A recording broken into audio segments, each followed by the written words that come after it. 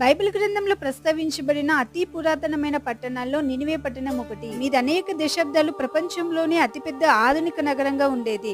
ఇది ప్రస్తుతం ఇరాక్లోని మొసుల్ నగరంలో ఉంది. నినివే పట్టణం క్రీస్తు పూర్వం 700 సంవత్సరాలకు పూర్వం అషూరు సామ్రాజ్యానికి రాజధానిగా ఉండి 120,000 జనాభా కలిగిన గొప్ప వ్యాపార పట్టణంగా పేరు పొందిందని యోనా 4:11లో చూడగలం. నిమ్రోదు టైగ్రిస్ నదికి తూర్పున 880 కిలోమీటర్ల దూరంలోనూ, బబులోను పట్టణానికి ఉత్తరాన 400 కిలోమీటర్ల దూరంలో ఈ పట్టణాన్ని నిర్మించాడు.